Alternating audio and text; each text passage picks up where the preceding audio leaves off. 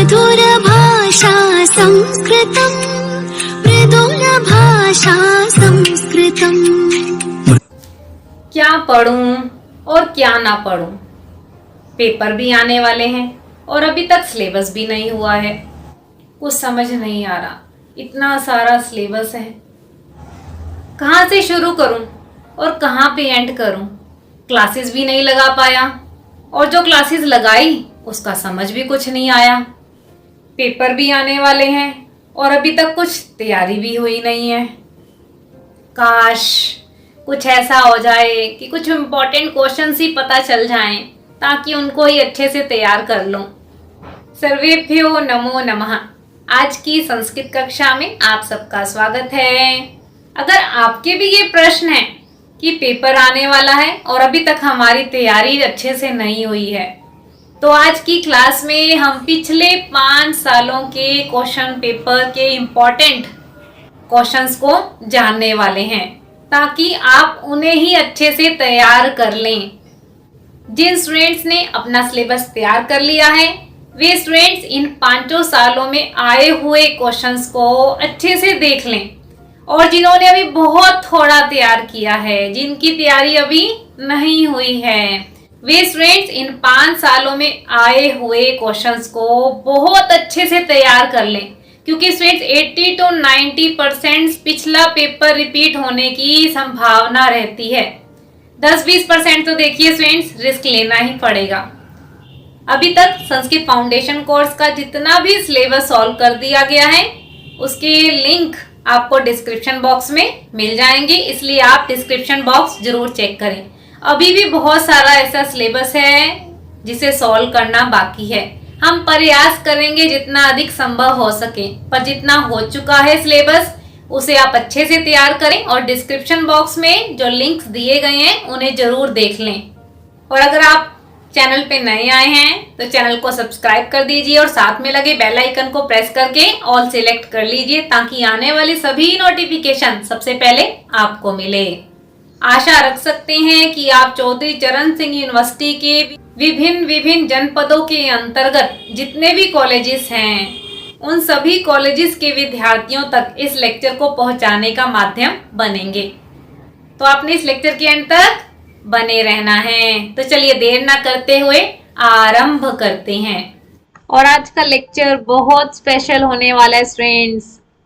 आप सबके कमेंट्स हमें एक नई डायरेक्शन देते हैं, हमें मोटिवेट करते हैं। बहुत से स्टूडेंट्स के कमेंट्स ने हमें मोटिवेट किया कि एक मास्टर लेक्चर इम्पोर्टेंट क्वेश्चंस का बनाया जाए। तो इस लेक्चर को बिल्कुल भी आप मिस नहीं करिएगा और एंड तक बने रहिएगा। आज के लेक्चर में हम आपको पिछले 5 सालों के क्वेश्चन पेपर में आए हुए इम्पोर्टेंट नहीं, वेरी इम्पोर्टेंट क्वेश्चंस को बताने वाले हैं। बहुत ही कंसंट्रेशन के साथ आपने इस लेक्चर को सुनना है और अपने सभी फ्रेंड्स को शेयर भी करना है। और अपने साथ नोटबुक भी साथ रख लीजिए, जहां जरूरी लगे उसे साथ साथ नोट डाउन भी कर लीजिए। सबसे पहले बात करते हैं वैदिक ग्रंथों की। और हम जानते हैं वैदिक ग्रंथों से संबंधित हमारे पास 21 मंत्र हैं, जिसमें ऋग्वेद, यजुर्वेद, सामवेद, अथर्ववेद और ऐतरेय ब्राह्मण, तैत्तिरीय आरण्यक और ईशावास्योपनिषद, कठोपनिषद, मुंडकोपनिषद और श्वेताश्वतरोपनिषद से 21 मंत्रों का कार्य आपके सिलेबस में जोड़ा गया है। सबसे पहले हम देखते हैं कि इन वैदिक ग्रंथ के अंतर्गत कौन कौन से मंत्र पूछे गए हैं। और ये कार्य आपके पास 20 मार्क्स का है। 3 में से 2 मंत्र आपको करने होंगे। बहुत से स्टूडेंट्स ने पूछा कि क्या केवल इसका हिंदी अर्थ लिखना है? जी हाँ, इसका हिंदी अर्थ लिखना है, पर साथ में आप संदर्भ और प्रसंग भी जोड़ेंगे। ठीक है, 10 मार्क्स का एक मंत्र है, कुछ तो लिखिए उसमें। ऋग्वेद से संबंधित मंत्र देख लेते हैं हम। ये हम पिछली क्लासेस में डिस्कस कर चुके हैं, इसलिए ज्यादा डिटेल में नहीं जाएंगे। यहाँ सिर्फ आपको ये बताना है कि पिछले 5 सालों में कौन कौन से रिपीट हुए हैं। ठीक है स्टूडेंट्स, ऋग्वेद से संबंधित 3 मंत्रों का कार्य है, यजुर्वेद से संबंधित भी 3 मंत्रों का कार्य है, सामवेद से संबंधित केवल एक ही मंत्र पूछा गया है और अथर्ववेद से संबंधित 6 मंत्रों का कार्य है। आगे देखते हैं। इसके बाद हमारे पास ऐतरेय ब्राह्मण से 2 मंत्र लिए गए हैं। तैत्तिरीय आरण्यक से केवल एक ही मंत्र पूछा गया है और ईशावास्य उपनिषद से भी एक ही मंत्र है, कठोपनिषद से भी एक ही मंत्र है, मुंडकोपनिषद से भी एक ही मंत्र है और उसके बाद श्वेताश्वतरोपनिषद से भी एक ही मंत्र का कार्य है। तो यानी ये 21 मंत्र आपके सिलेबस में जोड़े गए हैं। और अब हम जानेंगे कि इनमें से आपको पिछले 5 सालों से कौन कौन से मंत्र पूछे गए हैं। सबसे पहले देखते हैं, ऋग्वेद के 3 मंत्र हैं, जिसका पहला मंत्र है ओम भूर्भुवः स्वः तत्सवितुर्वरेण्यम, और ये बचपन से हम गायत्री मंत्र का जाप करते आ रहे हैं और ये हमारे पास 2020 के पेपर में पूछा गया है। ठीक है। अगला मंत्र है संगच्छत्वं संवदत्वं, जो कि 2017 और 2021 के पेपर में पूछा गया है। तीसरा मंत्र है समानि मंत्रः स्मिति स्मानि, और ये मंत्र 2018 और 2019 के पेपर में पूछा गया है। आप साथ साथ नोट डाउन जरूर करें कि कौन से मंत्र रिपीट हुए पेपरों में। आगे देखते हैं, यजुर्वेद से संबंधित 3 मंत्रों का कार्य है और इनमें से अभी तक पिछले 5 सालों में एक भी मंत्र नहीं पूछा गया है। उसके बाद सामवेद से संबंधित केवल एक ही मंत्र है और ये भी पिछले 5 सालों में एक भी बार नहीं पूछा गया है। उसके बाद अथर्ववेद से संबंधित हमारे पास 6 मंत्र हैं और उन 6 मंत्रों में से 5 मंत्र बहुत बार पिछले 5 सालों के पेपर में रिपीट हो चुके हैं, इसलिए बहुत ध्यान से आपने इसे तैयार करना है। सबसे पहला मंत्र जो है अनुव्रतः पितु पुत्रो मात्रा भवतु सम्मनः, और ये 2017 और 2019 के पेपर में आया हुआ है। और उसके बाद अगला मंत्र है माँ भ्राता भ्रातरम दीक्षत माँ स्वसारमुत स्वसा, और ये मंत्र 2018 और 2021 के पेपर में आया हुआ है। और उसके पश्चात अगला मंत्र है जन्म विप्रति बहुधा विवाचसम, ये मंत्र 2018 के पेपर में आया हुआ है। आगे देखते हैं, अथर्ववेद का अगला मंत्र है अभयम मित्राद अभय म मित्राद, ये मंत्र 5 सालों में एक बार भी पूछा नहीं गया है। उसके बाद मंत्र है भद्रम इच्छन्त ऋषय, और ये मंत्र 2018 और 2020 के पेपर में आया हुआ है। और इसके बाद है अगला मंत्र प्रियम माँ कृणु देवेशु, और ये 2019 और 2020 के पेपर में आया हुआ है। इसके पश्चात देखते हैं एतेरे ब्राह्मण के 2 मंत्र हैं और जिसमें से हमारे पास दूसरा मंत्र चरण वही मधु विंदती, ये 2017, 2018 और 2021 के पेपर में आया हुआ है। तैत्तिरीय आरण्यक से संबंधित केवल एक ही मंत्र पूछा गया है, सह नवतु सह नौ भुनक्तु, और ये भी पिछले 5 सालों के पेपर में एक बार भी नहीं पूछा गया है।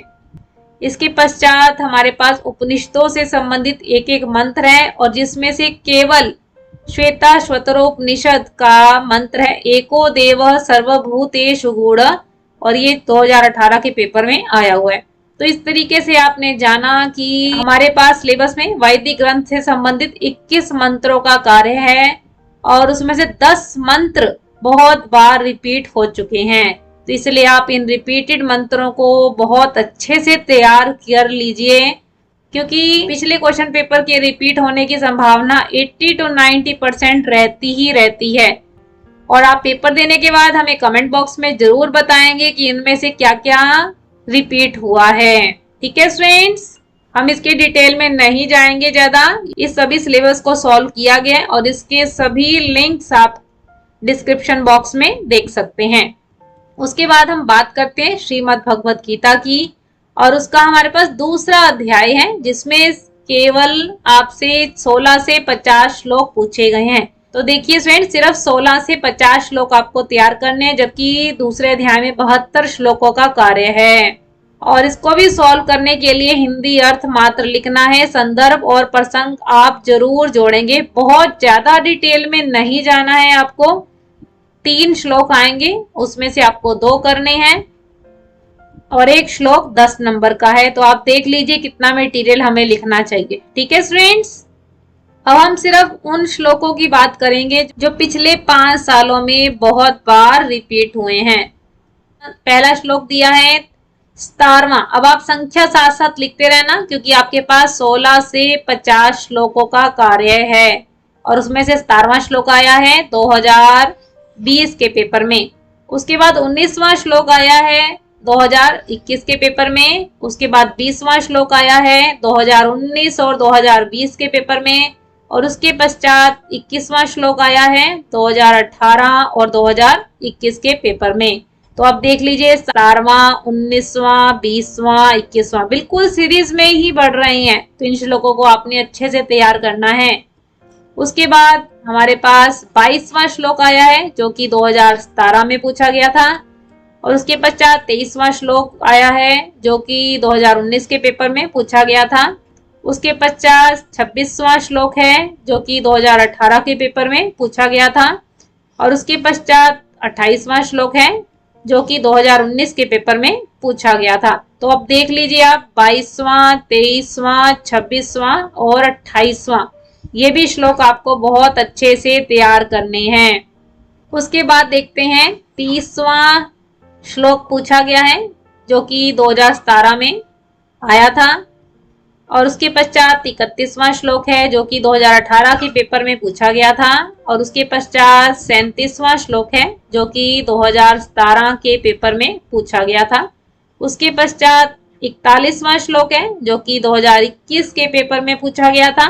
और उसके पश्चात 47वां श्लोक है जो कि 2020 के पेपर में पूछा गया था। अब आप देख लीजिए 30वां, 31वां, 37वां, 41वां और 47वां ये श्लोक आपको तैयार करने हैं। तो इस तरीके से श्रीमद् भगवत गीता के ये 13 श्लोक तो आपको बहुत अच्छे से तैयार करने हैं।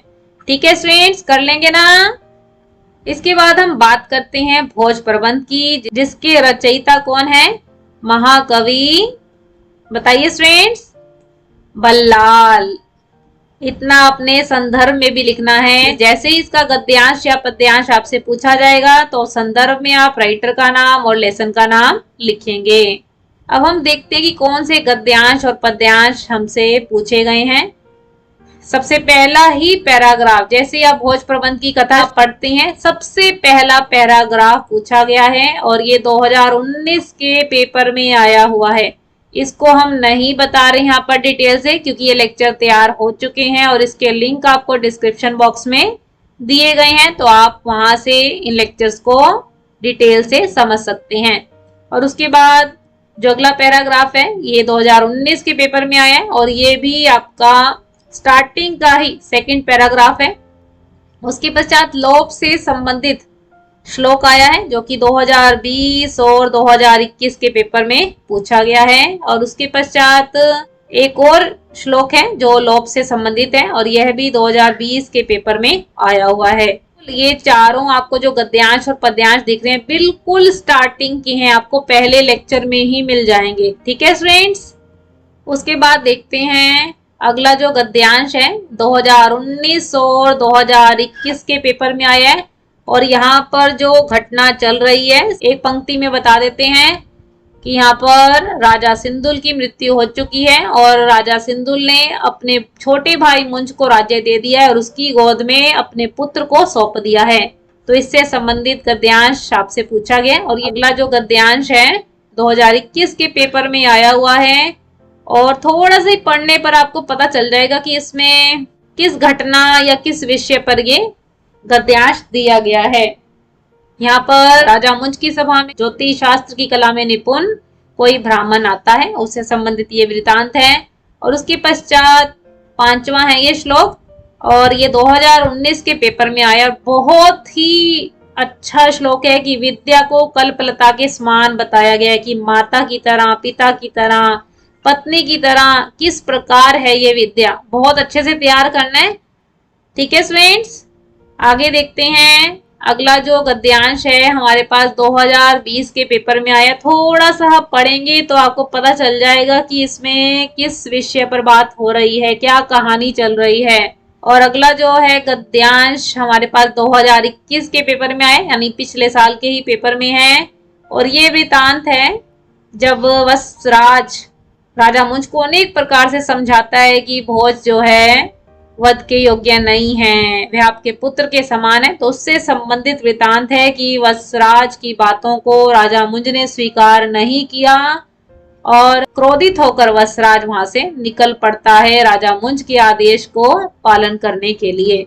ठीक है, उसके पश्चात हमारे पास अगला गद्यांश है जो 2018 और 19 के पेपर में आया हुआ है। ये आपको लगभग एंड के लेक्चर्स में ही मिलेंगे। ठीक है, और यहाँ पर ये कहानी चल रही है कि बुद्धिसागर नाम का जो अमात्य है, ब्राह्मण है, उसे जब पता चलता है भोज कुमार का वध कर दिया गया है तो वह राजा मुंज को ये कहता है कि जिस प्रकार तुम अधम हो, नीच हो, उसी प्रकार तुम्हारा मंत्री भी नीच है। उसके बाद हम देखते हैं अगला श्लोक है हमारे पास 42वां। ये भी आपको आखिरी लेक्चर्स में मिलेंगे श्लोक, और ये हमारे पास 2020 के पेपर में आया हुआ है। अगला श्लोक है हमारा 44वां श्लोक है, ये भी आखिरी लेक्चर्स में ही मिलेगा और ये 2018 के पेपर में आया हुआ है।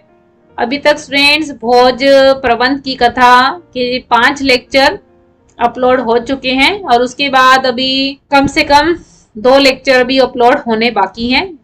प्रयास करेंगे कि आपके पेपर से पहले उसे कर सकें, पर आप जानते हैं स्टूडेंट एक एक लेक्चर को रेडी करने में बहुत अधिक समय लगता है, पर फिर भी हम प्रयास करेंगे। और अगर आपके पेपर के बाद भी डाला लेक्चर तो आप ये मत कहिएगा कि मैम अब तो कोई लाभ नहीं है, क्योंकि अब हमने कार्य शुरू किया है तो उसे पूरा करने का भी प्रयास करेंगे, भले ही आपके पेपर से पहले रेडी हो सके या फिर पेपर के बाद रेडी हो सके।